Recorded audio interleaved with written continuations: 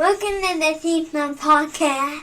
Welcome to the Scene Snobs podcast, everybody. It is Tuesday night. I hope you're feeling all right. That's what it's all about. 7 o'clock Eastern every Tuesday night. You join in with the Scene Snobs podcast. We are doing it, and we're thrilling it. Producer Paul's in the back. He's going to be coming out in just a few, but I want to talk to you guys for a few. It's a lot going on. It's a lot going on in the world. I know. And I take on the responsibility of this channel and our mission to be entertaining. You know, we've always tried to be a means of entertainment through all of it. You know, many different things that have happened. We try to jump on, we try to entertain, just to keep people's minds off, or maybe just be some source of joy in a moment where it's really tough. And we do that in the good times too. I realize sometimes I go off politically. I do. And I'm not going to tonight. I don't think I'm not, because this isn't a political statement in any way, shape, or form. And if you guys are ready to hit that button to X out, promise you, I think you'll agree with me. Doesn't matter which side of the aisle you're on. I'm making a plea to all presidential candidates right now in this election year. I am not asking for anything political. I'm not asking for anything. I mean, I'd love something. Not going there. Not doing it. Not going to do it. But I'm going to say this. Please, and I think I speak for every red-blooded American dog lover, never let anyone who has murdered a dog or more, say or more, let's add that, into any type of position of power, which has already been broken, as we've seen. But please, not in the White House. No people who kill dogs. No, not in that way. Not in the way of the person I'm talking. So I'm not getting political, but I do love dogs. I do love cats. And I do love all of our furry little friends and our fishies and stuff like that. So I just wanted to put that out there. That is my PSA of the moment to get started before I bring Paul in. But let me bring on producer Paul now. He's here and he's the man. What's up, buddy? Not much, Mick. I actually have a PSA for you as well, because I know you always speak very highly of New Jersey, but I found out something interesting this past weekend. New Jersey does not have a state song, and they're the only one out of all the USA that decided not to have a state song. So what's up with that? Well, it doesn't have a state song. It has two. There's two state songs for sure. Yeah. Born to Run by the Boss and Living on a Prayer by Bon fucking Jovi. That's okay. and you have to listen to them while standing at attention. Not saluting or putting your hand on your heart or anything, but just like rocking out. Like those are anthems, man. Okay. That's how you win wars, by listening to those two songs. Okay. I don't know why you're here to hurt me.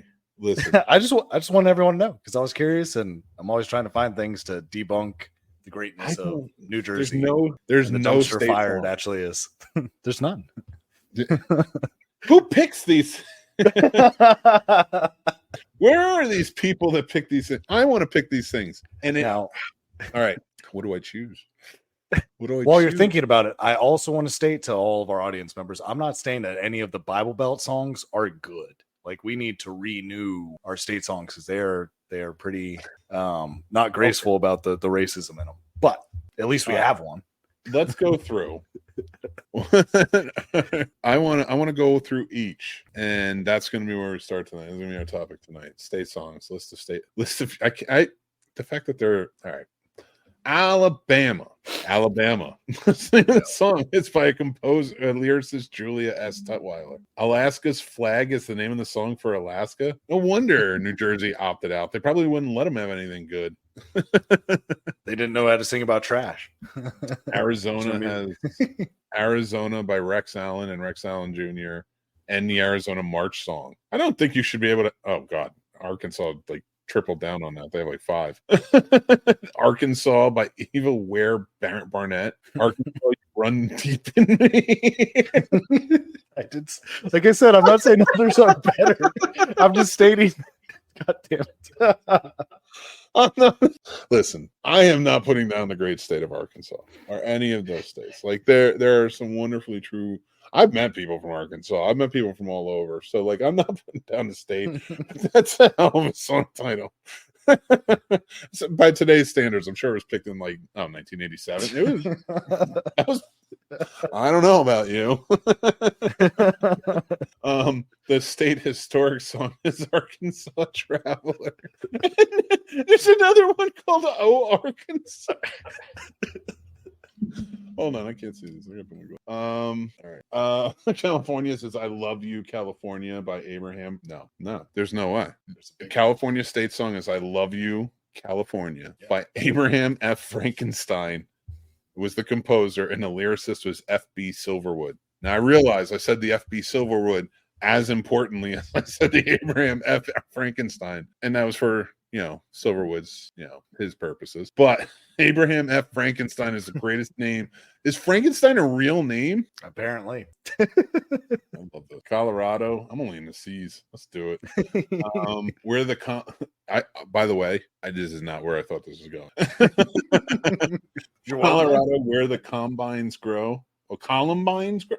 I don't. That was picked in 1950. Oh, they repicked one in 2007. Okay, and it was actually makes sense. Rocky Mountain High, John Denver. It's a great pick. Yeah, that's a good replace. I'm not laughing at that. I'm still laughing at fucking. I saw you run deep in me. It popped right up. Like it's like I looked up. And it's like the glasses made me see him better. I don't know. There you go. Visual effects. There you go. All right. Connecticut is Yankee Doodle, which makes sense. Then there's Beautiful Connecticut Waltz. It's the second state. We don't have any, and they have 4? That's what I'm saying, Mick. Jesus. Bad. And then they have State Cantata. What's a cantata? Is that a song? I don't know. Celebration, I thought. I assume it's Spanish. I don't know. It says the Nutmeg. It's picked in 2003. That's I can't put that Connecticut. That's Casey's where he's from. So I'm not gonna make fun of Connecticut, but it is fitting that the state polka is ballroom polka. It fits. Polka. Yeah. Hey, polka. Delaware. Watch Home Alone. I do too. Delaware is our Delaware. It's Florida. This debacle is going to be enjoying. The official state song is "Old Folks at Home." Yeah, it makes sense. Is it a song or is it just noises of them just being like, like just trying to get up out there? Does it sound like life alerts going off? So when was it picked? So it was original lyrics from 1935, but it was revised in 2008. So I guess it was adopted in 1935. Man, they really went all in on old people. They were like, this is our retirement community. Official poem is "I Am Florida." Okay, that's cool. I wouldn't mind. Yeah, that's cool that they have an official poem. I'm cool with that. What's the difference between official song and state anthem? State anthem is Florida, where the sawgrass meets the sky, where the bath salts meet the sky. And anybody who fucking shits on me for making fun of Florida, I lived in Florida for years, so leave me alone. Georgia on my mind for Georgia, yeah. Hawaii, Pano, Idaho. We have Idaho.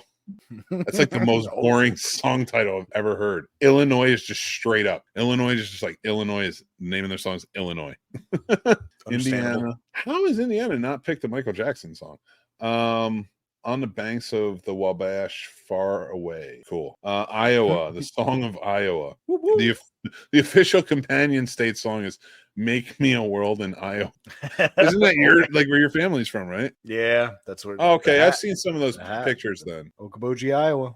Oh, University. I have. I've seen some of those pictures. Iowa is a lot more beautiful than my state map allows me to. Kansas is home on the range. That makes sense. Official state march is the Kansas March. Official march is here's Kansas. What the fuck is different?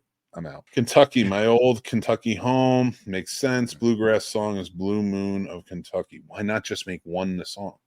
Louisiana, "You Are My Sunshine." That's a good one. State march, Louisiana, "My Home Sweet Home." That's actually a good tune. I don't mind the marches as much because I do miss them. Like I used to really love marching bands. I realize this is boring, but I don't give a fuck. I'm in. Once you strap in with me, you got to take the ride. And you know what? Let's make it a little more interesting. Every time I call out a state, you tell me what song you think their song is. Oh shit. The state cultural song is "Southern Nights." The state environmental song is "The Gifts of Earth." Why do we keep doing this? Maine. What do you think their song is? Where the ticks are pleasantful and the oceans are bitter. Why do you hate Maine so much? Because that's the Is only it a real place I've song? gone outside. No, I've gone outside out there to smoke a cigarette and covered in ticks. And I was like, what the fuck is The this? fuck? I don't know. And then when I was up there in York, Maine in July, mind you. So I'm used to our North Carolinian oceans, okay? So everyone's not hopping in. They're like, oh, it's cold. I'm like, yeah, bullshit. Hop in there. First off, when I stand up, rocks. The fuck kind of ocean is this with rocks? Bullshit. And it was like 58 degrees in that ocean. No, sir. That was bullshit. I immediately walked out. I was like, nope. Like, why do you even vacation? Maine's not for swimming. Yeah, but they have vacation homes. They're all huge houses and expensive living. I'm like, for what? For the cold? Fuck off. Well, their state song is State of Maine, and their state ballad is the Ballad of the 20th Maine. Boo. Maryland, do you know Maryland? Couldn't even think of one for Maryland. I don't know. Journey. Neither could they, because there's none. Oh. There's no state. And then Massachusetts stepped it up. They're like, any states that don't have any, we've got you covered, because there's like 40 of them. But yeah, Maryland has none. If you were going to do one, maybe do one from Tupac. I mean, there's a lot of musical legends that came out of Baltimore. Hammerjacks alone. Like, I don't know. We'll circle back on that one. Let's go to Massachusetts. I'm just reading these off quick. State anthem. All hail to Massachusetts. It's not God. It's not God. Why are we hailing it? It's close. You got Boston. Boston strong, son. Get the fuck out of here. State folk song, Massachusetts. State ceremonial march, the road to Boston. Goddamn right. Just pick shipping up to Boston. Just pick that as your song. State patriotic song. I guarantee nobody in Boston knows any of these. They have a polka song. They have a state. They have a state. They have a bird. They have a state glee club song. Fuck yes. And it is the great state of Massachusetts. Love it. And then they have a state. What's the fucking difference?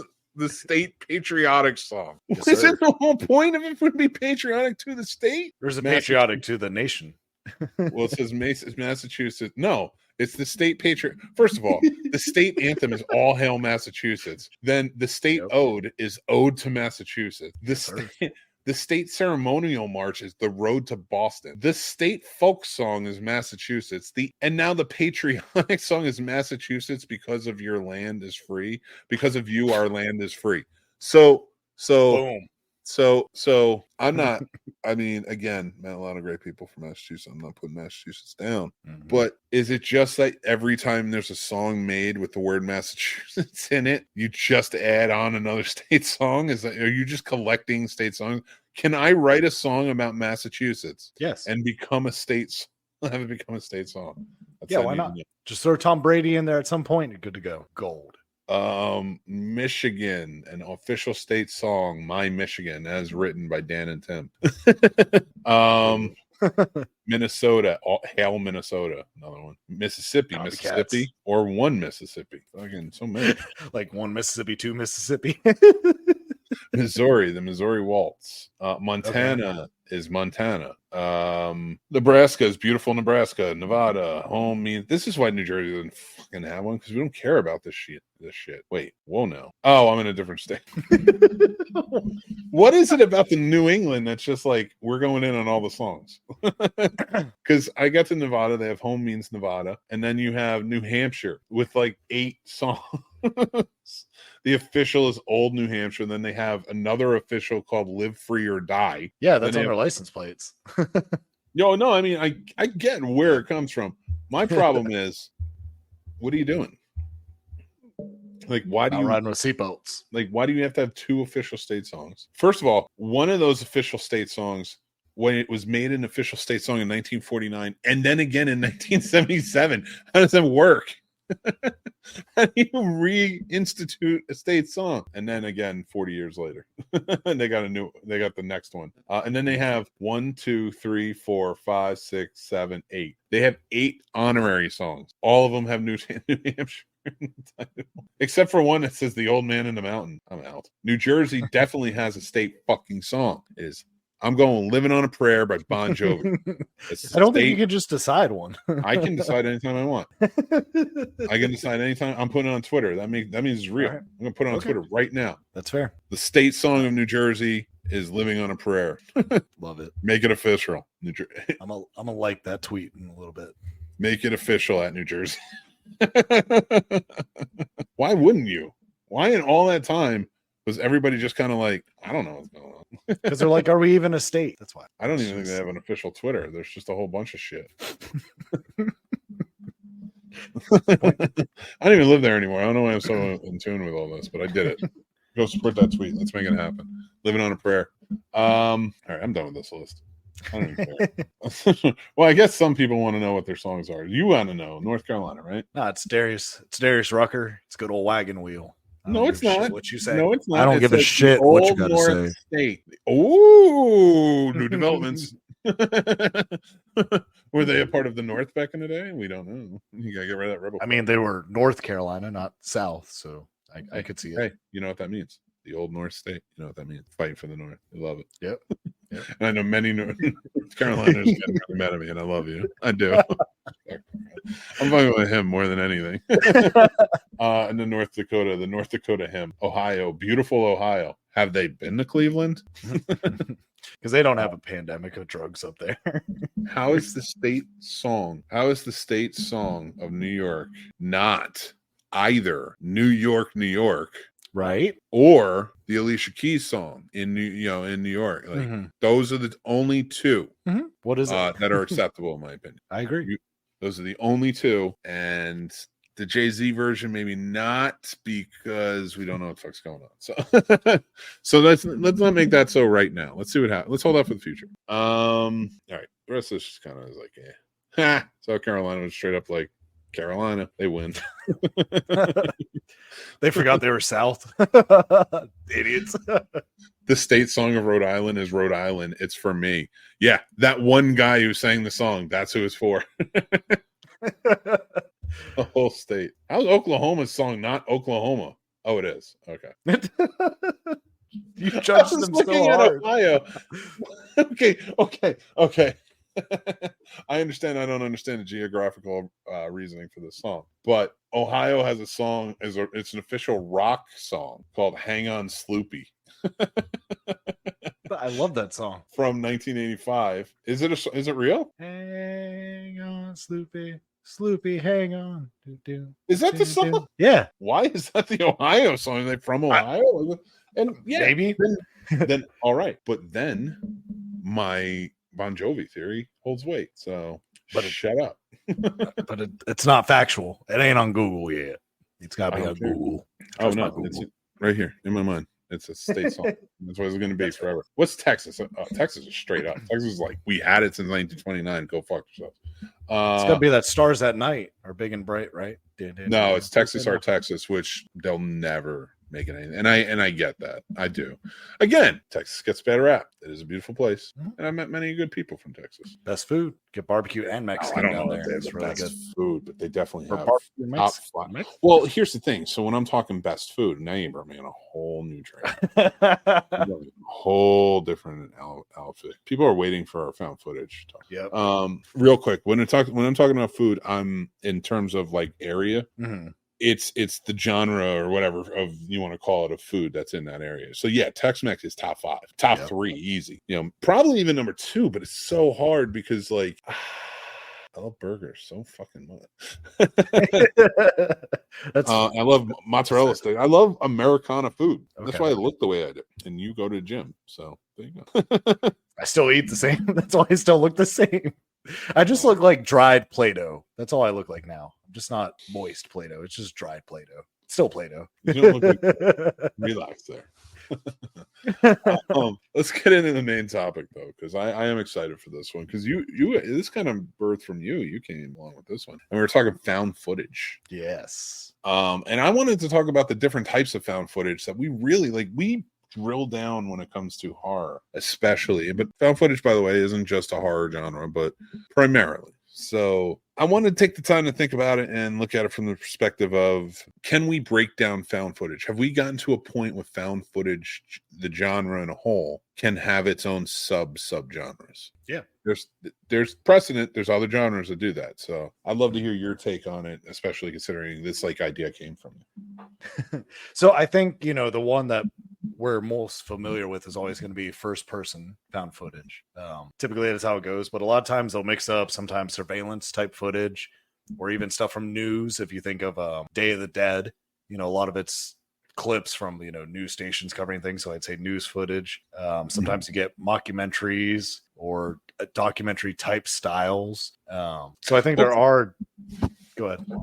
No. Please finish your thought. I was going to add to it, but I can. But I think, like I said, I think the one everyone's most familiar with is always going to be first person perspective. And I think that's why I kind of enjoyed Late Night with the Devil that we reviewed last week so much, is because I think that was the first kind of almost fully documentary style horror movie that I think was done correct. So it was different enough where, I wasn't necessarily putting myself into camera guy's angle the whole time. Like I was just involved in everything. And I really thought they did it right with doing kind of a different style, in my opinion. Yeah, I mean, I'm not against what you're saying. I do agree. Late Night with the Devil did it really well. But you brought up a good point when we were talking about Late Night for the Devil. Is it documentary or is it more archival footage? Right. And yes, you can use archival footage in documentary and associate it in some way, but documentary style of filmmaking is so different. Like I wouldn't even call all of found footage. I wouldn't call all those movies found footage even, because if you think about it, found footage is found footage. Like, we associate it with POV, but technically Friday the 13th was a POV. Yeah. Maniac, the remake especially was all POV, right? So to me, it's like, where does that go? Right. Like if a POV, should we call it, or do we just call them POV movies? Now, would you consider them the same?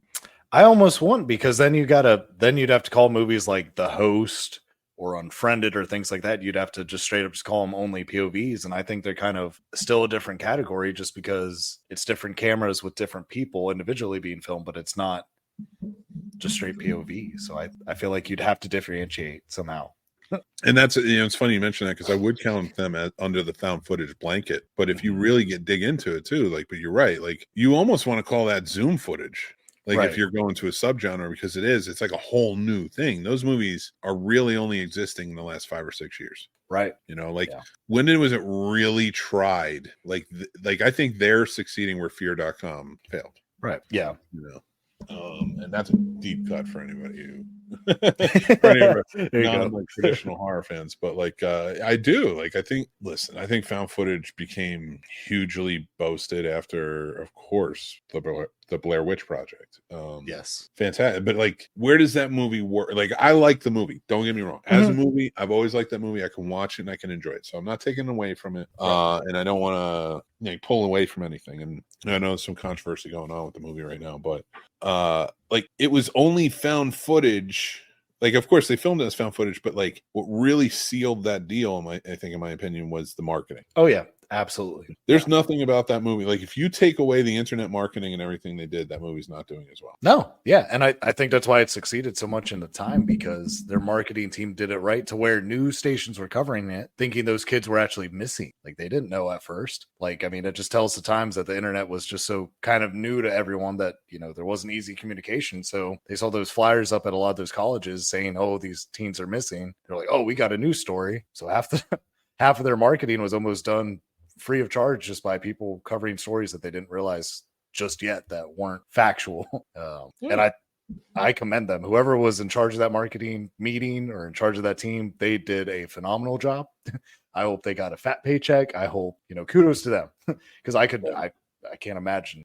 And I almost wonder if they had, if you took the marketing out of it, would that movie have done anything? I think no, it wouldn't be as big and blown up as it was. It was the marketing that really did that. That was the force. But that's not. But it was the marketing supported a good movie, in my opinion. I know a lot of people are back and forth. I maintain that's it's really well done. And if they didn't have the marketing to blow up the way they did, I think this could have went one of two ways. It was either going to blow up the way it did and create what it created, or it was going to be an underground cult hit.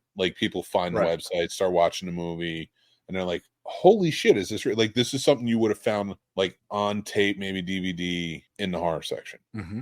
And anyone who found it would have been like, this is the greatest fucking movie of all time. Either way, in fact, honestly, I think you would have had more people revering it if it was underground. Okay, I got you. Which, I could see that. That would be an interesting topic to talk about, because like to me that's a big, like, what makes a movie memorable. And I really do think like a lot of that, how did it make you feel in the moment at the time? Like the nostalgia is always what's playing in so much in my opinion. But like that one was one where, yeah, like I agree with you. Like that and Paranormal Activity they were the two that got it best out of the marketing in the found footage world.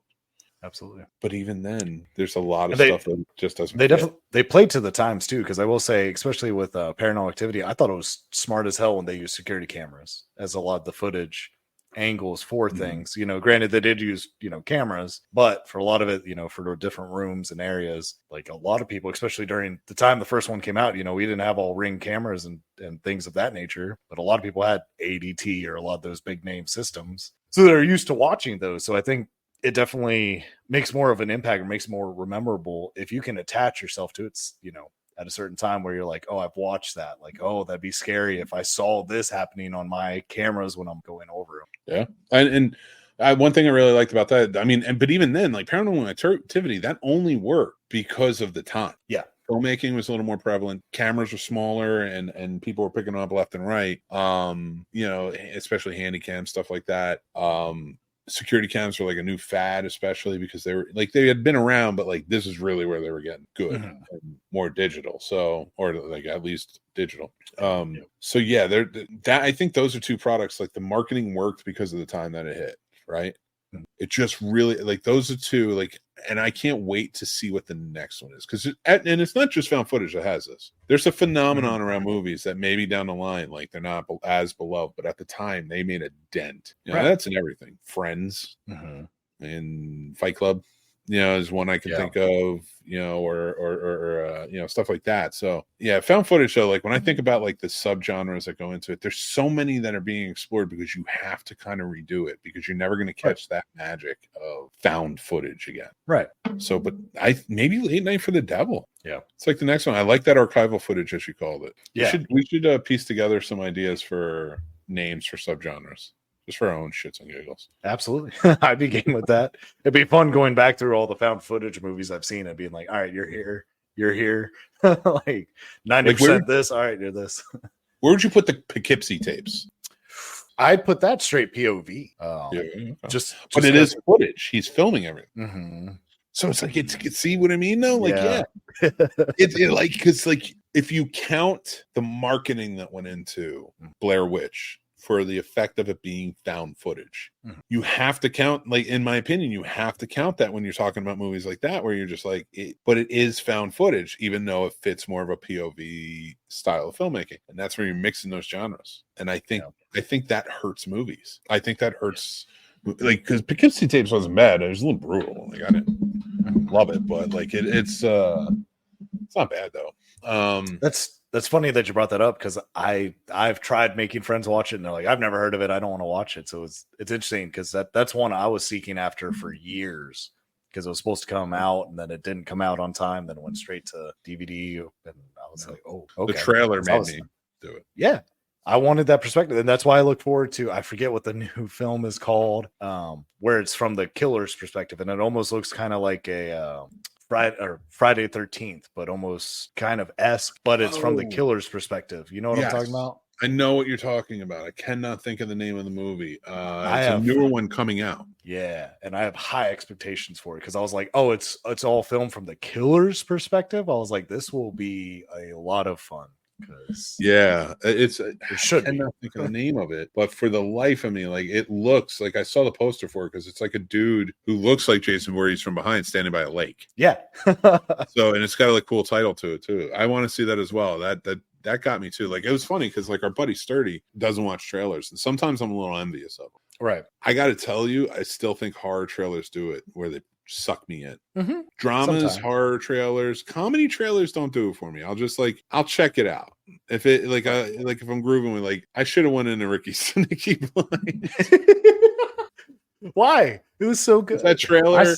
I saw that trailer and I'm like, this is fucking terrible, and it's gonna be terrible. And I watched it and it was terrible.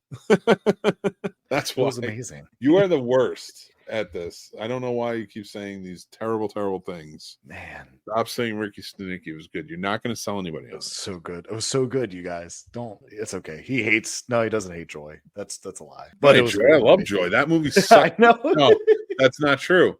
I want to go back and watch my full review. John Cena was pretty fucking dope. I'll say that. All right. Talked enough about found footage. Let's talk about some movies. We're going to review these bad boys tonight. Hope you guys will join in for that because we're going to be talking Argylle and Challengers. And I think we're going to go with Argylle first. And this is going to be an interesting one. So Paul and I have been matching every week. Yeah. In our ratings of movies.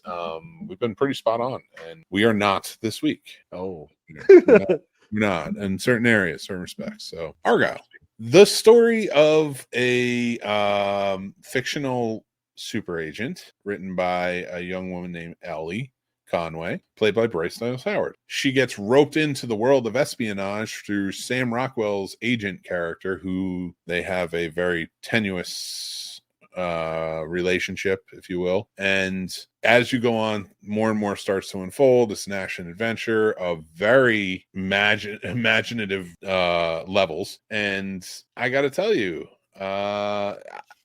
check it out for yourselves. That's all I'm going to say on that. But we're going to get into our reviews now. There will be some spoilers to these reviews. So if you guys are in it to win it, stay with us. If not, take off.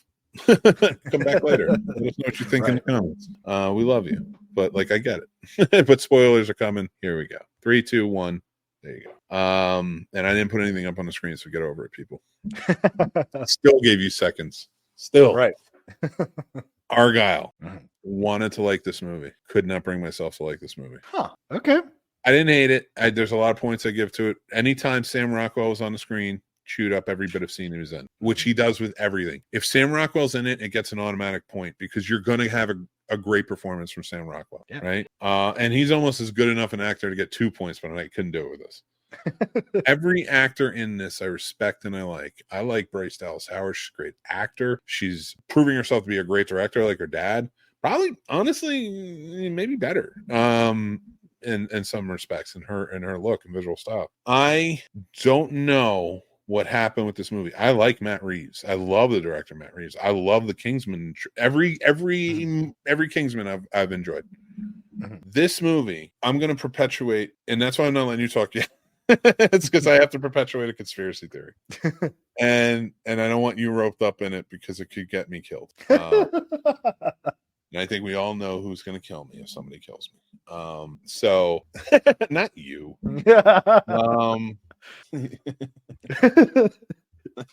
So we get to a point where I truly think that this movie was an idea for Taylor Swift to try and get her into a franchise of films. I truly think this was the way for Taylor Swift to get into it. And then she would have played and now this is a conspiracy theory. It's a total rumor. I cannot, she said, I didn't think she wrote it or anything. I think the studio wanted something written that added every element of who Taylor Swift is, right? Come on, tell me there's not. And I'm not against it, but it just wasn't, the movie didn't land. It was too long. There's a lot of aspects to it that just really pulled out, which Paul is going to cover in just a moment. I need to get through my conspiracy theory first. I truly think they wrote this movie. They even went to Matt Reeves and was like, she'll respect you. She likes filmmaking. You're a good director. Can you make this movie happen so we can try and get her on board, write a script? And I think they did that. He put everything that Taylor Swift loves in it. And with a love story and everything, because that could have been good, but again, it was too long and drawn out, in my opinion. Sat her down at the table. She looked at the script and said, I love it. My friend Bryce is going to be great in the role. And listen, Bryce Dallas Howard, that's a great actor. So I'm not mad at any time she's in anything. But this story was too messy. It was too choppy. It was too long in areas. There's too many twists and turns all throughout where they were really like, I wrote a movie I wrote a short film in college called One Odd Man Out. Well, a better writer wrote a better version of that movie. So, and I'll give that to him. And then I rewrote it in some aspects to change the ending because it was on the fly sort of stuff. So I did it poorly, and there was like not 50, but there was like 14 twists in that fucking short film. And now I maintain I was a jackass. And that's why I point this out for two reasons. For any filmmakers watching, I know I was a jackass and I know I wrote shit. Stop looking back on all your old shit as it was great. Realize your potential and that you're getting better. Because I do realize I got better and I learned from experiences. But writing 14 twists in any goddamn movie, especially short, is a terrible one. But in this movie is almost 3 hours long, and there's so many goddamn twists I couldn't keep up anymore. And then like double crosses or this or that and the other thing. There's so many. And poor Paul's head is about to explode because he just wants to talk about this so he can get past it and yell at me about challengers. But I'm saying this movie didn't work. But all of the elements of the movie did. Cinematography was good. The visual effects were great. Cinematography was great. Visual effects were great. There's a lot of really good elements about this, but the story was just not good. It was a lot of little stories all in one with twists and turns. I'm going to shut up now, and I'm going to let my good friend producer Paul take over. What'd you think about this movie? I'll make it short and sweet. Good. No. Actually, I did enjoy it. I thought it was better than I expected. It kind of reminded me too much of Night and Day, honestly. Which I did enjoy, but I was kind of like, it just felt too much like that. But I love, like you said, Sam Rockwell. Man, he's great. I loved him in everything he's been in. I thought, like I said, I thought it was a little better than I expected. I enjoyed that they did tie it into the Kingsman. I wasn't expecting all that amidst all the other twists. I didn't see that coming. They didn't. I really wish they didn't. See, that was it. But I don't mean to cut you off, but because that's a spoiler, I do want to point out to everybody that's a spoiler. And it looks like they're going to try and stretch these movies out more, but as the actual Argylle. Right. Doesn't seem like, I don't know if they're going to go with everybody, but I think this was like the kickoff franchise for Argylle. So in my mind, in my conspiracy theory, the Dua Lipa role and the Ellie Conway role were both written for Taylor Swift. Yeah. I can see it. I'm on board with your conspiracy. Everything. So that's that. And again, I'm not against it. I think she's I listened to Fortnite right before the show started. That was part of my energized up thing. But like, so no shitting on anyone. Mm-hmm. This movie did not live up to what it should. Sorry, I'm gonna shut up. No, you're good. I will say, however, I felt like this was like, once I realized it was part of the Kingsman universe, let's say, I really feel like this was just a cheap stab at a PG-13 version, just a lesser version of Kingsman to kind of reach a bigger crowd so that younger kids could see it, because it wasn't filled with all the cursing or all the blood or killings. But I was impressed by what it was, because I expected it to be really bad. And it wasn't the worst. Like, I don't regret seeing it. This is the Kingsman for women. There you go. That makes sense. If we're being real on, like, because and it's not just that. Like, I've talked to other women about the Kingsman who liked it, or like it's just a little bit too much. But to me, this is the Kingsman for women, where the Kingsman's very sensational and overblown, right? Right. I think they did it here. Oh, you know what? Maybe that might go up a point. I might have talked myself up a point in this movie. Because they at did least a different aspect. At least half a point. Now that I'm thinking about it from this perspective, because there's nothing different about any of the overblown shit that we see in like Kingsman or other movies like that. True. So what am I bitching and moaning about? No, fuck that. I can give this. So you want to give a rating? Yeah, you keep talking, keep going. No. That's all I had to say about Argylle. Honestly, you gave it a 2.5, and I gave it a 2, but now I'm giving it a 3. Hell yeah! I talked myself into it. I'm giving it a 3. I'm gonna and for me 3 is go check it out. See what you right. Do that with any rating I give. Do that with any rating. Don't let anybody tell you not to go see something. That's bullshit. But because I'm as many people as I know that have been touched by movies that I'm just like, really? Tough. That's a tough thing to come by. That's not one I would agree with, but like, listen, it's to each his own. But right. I think for me, this is gonna be a 3. Like, go check this out, see what you think. Because I did like every aspect from the filmmaking side, but the story was just too overblown. But it's not more overblown than fucking Sudden Death with Jean-Claude Van Damme. And there's an actual love story to that. I will maintain, and we'll get to this next week, Boy Kill World is a better story than this, though. Yes, absolutely. So let's get to our next one, Paul's favorite movie of the year. We have wildly different approaches on this one. Yes. Challengers. Yes. Challengers. This is going to be interesting. I went into this movie. So this is the movie of Zendaya stars in the movie, and there's 2 guys. I don't know all their names. I'm not 100% sure I got all of their names in the movie.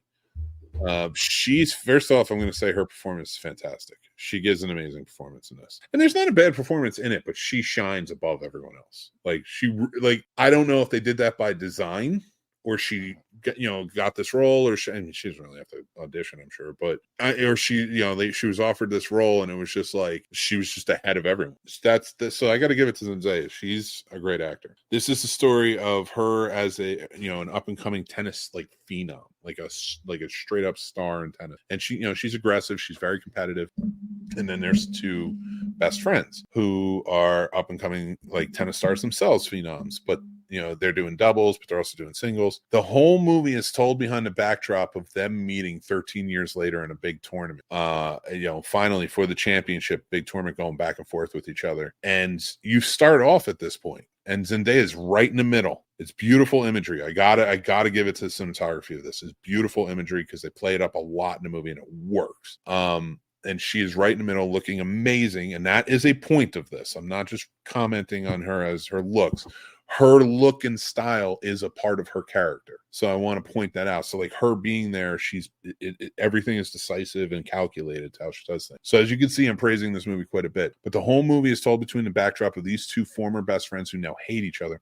One completely down on his luck. One who's considered like at the top of his game, or no, he's not at the top of his game during this movie. He's kind of fallen, but at one point he was sold at the top of the game. So they're going neck and neck, back and forth. They both need this win. They loved each other. They were best friends, super loyal, and she came between them, and she did hard. But it was natural the way they played this and how things transpired. I liked it. I liked how everybody played off of it. The ending was unsuspected, but I really enjoyed it. Zendaya shines all the way throughout. If she was nominated for this, I would not be upset, but it is not a movie worth nominating. But if she got nominated, that would be one where I'd be like, I get that. She did a great job in this movie. That is what the movie is about. Cinematography is great. The acting's really good. Again, not perfect like this. The other actors who, again, I don't know them that well. They might be up and coming TV stars or up and coming film stars that I just am not aware of at the moment. Both like them, and we'll keep an eye out for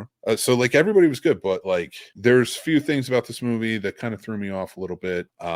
Pacing was a little off, which was funny because it's a tennis movie, but it was certain flashback type pacing where I'm like, I just don't think you needed that. It didn't really help anything. That's just scrutinizing. But overall, I thought it was pretty good drama. I thought it was a well done competitive war type story in a sports setting, and I enjoyed it. I'm going to shut up because I keep talking a lot again. Paul, please. I know you had a very different reaction. What you got for me? I'm going to shut up though. Let me Paul explain something to you guys real quick. Let me tell you why this movie sucked. You can't steal my thing. So first off, I was upset because it portrayed itself as a sports movie with underlying drama. The trailer built it that way. It seemed like the drama was kind of second nature. The drama is the fucking movie. So if you go in there thinking you're getting a tennis movie or a sports movie, you're fucking wrong. It's not going to be that. There's no conclusion. There's no, somebody wins at the end. It's great. It's all up to your imagination, which is bullshit. Zendaya, I will say her acting was great, and I did enjoy the cinematography. That's why I got the stars that it did. Past that, there was so much that wasn't needed. There was two groups of sorority girls behind us. They only came here because they thought Zendaya was going to be on screen having a threesome with those two dudes. That is sad. I loved how that turned out.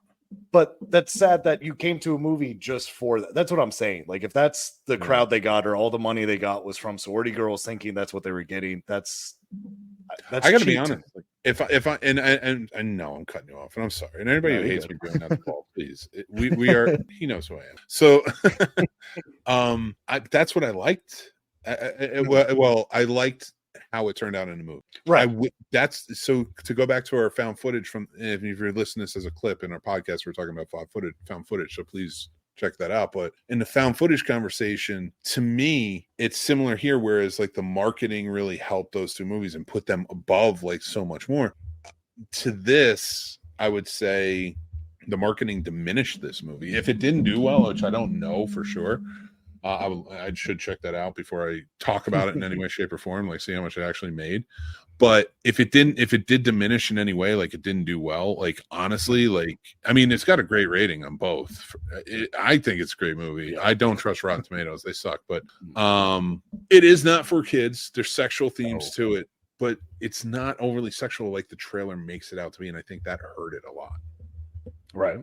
And I could see that. I think another problem, like people in my parents' demographic, they wanted to see this just because they thought it was a tennis movie. And I think that's where I don't like that you portrayed it as one thing that it's absolutely not, because I think if this wasn't a formal sports tennis movie that just had underlying drama, it would have been okay. But the fact that you made it seem like that's what it was and it's not, I can't imagine how many theaters had to deal with angry patrons coming out being like, what the fuck am I watching? Like, I didn't pay to watch this.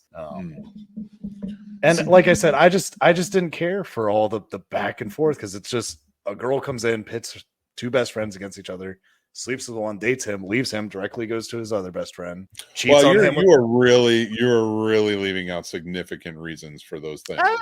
Is there a big reason? I there mean, are like I don't even see why was really shitty to her. Like, he really was. She was determined. But that's sports people. I know very competitive people that are up there, and that's 100% how they are. They will cut you out if you're not keeping up. Keep up. But what I'm saying to you is, like, so all she did was exactly the realistic thing that you would say a sports person would do. And she went to the next guy who was like determined as well. Right. Like, but that dude floated around. Like, this other guy was like, I'm taking the same thing. Like, he's pushing. She sees him pushing in school. And like, she fell for that. And like, they became friends, and she fell for, like, to me, it wasn't like I fucked him. You know, I was fucking this one guy and now I'm going to move over to the next. Like, she was pitting them against each other, but because they were both vying for her. That was a power move, in my opinion, when she did that to him during the threesome scene, where it wasn't an actual threesome. Right. Like, that was a power move for her to be like, you're coming after me, but I'll just put you against each other if you're doing that. Right. You know, I fucking appreciated how that all went down. So, like, I'm not diminishing what you say, but like, to me, I don't want to take away from the story, though. There were clear reasons, and I want people to go see it and like think of it for themselves. I respect your opinion on it. I just didn't see a point in this movie. I won't ever watch this again. That's it. Listen, man, I get it. That's just because like I said, I thought it was going to be a good sports movie, and I love Zendaya, and I still loved her performance in this. I'm not saying she was bad, but like I said, my ratings is only for her and cinematography, because I did think the camera angles were fun. I did like the tennis angles where they did it from the ball going back and forth. I thought that was cool. As that last fuck you, I like that he put the ball to the middle of the racket to let his friend know that he had just fucked her or had fucked her. I thought that was pretty fun to get him pumped in the end. So like that part, you know, I was kind of like, haha, like, okay. And they both acknowledge it, but I still don't like that they didn't clearly decide who the winner would be. That's it. You're the competitive one that wanted the winner, and you didn't get a winner in it because it's a sports movie. You got it. They all won. No, that was the point. The whole war. The war. Oh, no way! I'm going to argue this one. No, there's no clear. There's no clear. There's got to be more beauty to a movie than a sports movie has to have a clear winner. That's not because the case. Even the love story. She couldn't. No. I talk all the time. When he said, "Do you still love him?" She couldn't even answer that. So the fact that she couldn't, on a drama level, couldn't even give a clear answer. Competitively, there was no clear answer. It's up to you. She was driven. She is like, I get why she didn't have a clear answer. She didn't have the answer. I liked what was going on with it. Like, she played that well. I do amend one thing I said earlier, which is not an Oscar worthy movie. This is, or any award worthy. It absolutely is for editing. The editing in this is fucking phenomenal. And then, like I said, I liked all aspects with the editing. The editing might be better than Zendaya, and she was like my top reason for like the performance. So yeah, I got to disagree with you. I respectfully disagree with you on this. I think this movie was really well told. I do see your point about it. You know, when you're looking for a sports movie, but really, no sports movie is ever about the sport. In fact, true. Like, We Are Marshall was kind of all about the sport, and that one wasn't that good.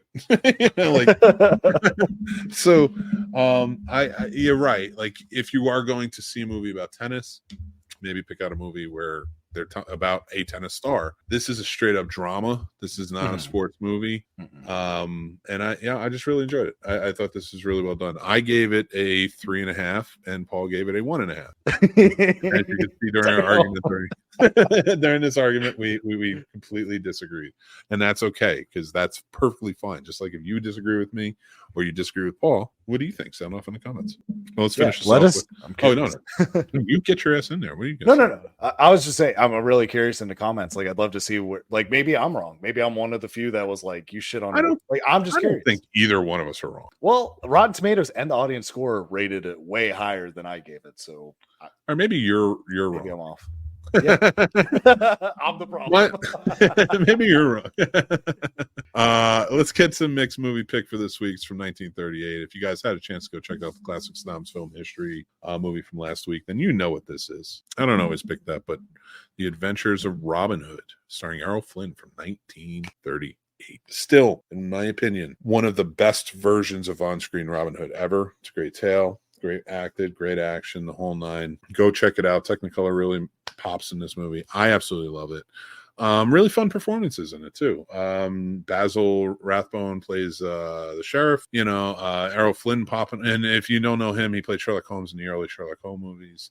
He did a very great job in that. But yeah, go check this movie out. I really liked it. I think you guys will too. And before we get going, I want to let you guys know we are doing a Casters for a Cause charity script read again on May 17th at 7 p.m. Eastern here on the Scene Snobs channel. And it's going to be sponsored by Carolina Fear Fest, and all proceeds are going to Haunters Against Hate. It's a great organization that is helping kids in the LGBTQ plus community. And yeah, I just absolutely love this organization, and I'm happy to be doing this with them. I want to thank you, Paul. I want to thank you for being here. Joining me on this journey. We're going to have a great time. We're coming up on Carolina Fear Fest. Get your tickets. 5 years of fear. Yes. Hopefully we'll see you there. It's going to be a fun, peaceful weekend. We all want to go. We just want to have a great time. We want to watch, watch some fun movies at the film festival, watch some fun panels, go talk to some awesome vendors. Celebrities are going to be there. They're going to have shows up. They have the Saturday night party. They have a ton of stuff going on. I'll be working. This man will be working, but we're going to be working to entertain you. So come check it out. Be a part of it. Have fun with it. And just join in. Now, Paul, before I continue, you want to say anything, my friend? Yeah, you guys, it's warming up right now, so find an excuse to be outside with your family, whether it be Pokemon Go or just going for a walk. Do something outside because it's perfect weather right now. And listen to one of our awesome podcasts while you do it. It'll be a great time. Absolutely. And guys, thank you so much. If you are interested in like any type of merch that we have, go to snobsmerch.com. Use snobs as your promo code for 10% off your order. Love to have you come out, check out some of these great designs that we have. We got the logo, but we have tons of movie and TV show designs going on as well. And we're going to be having a catalog come out pretty soon. Also, go check out the Patreon and the Discord. Love to have you. Come be a part of the conversation in the Snob Nation. We love it. The Discord is a lot of fun. You can join up there, talk about it anytime. It's down in the link tree. Join up on the Patreon. There's a free tier, but if you want to support, we truly appreciate it. All goes back into making the channel as entertaining and fun as possible. But we love you guys. We appreciate you guys. And until next time, I'm Mick Manhattan. That's producer Paul. We appreciate you guys being here. And remember to be kind, stay classy, take care of yourselves because that's important. Bye.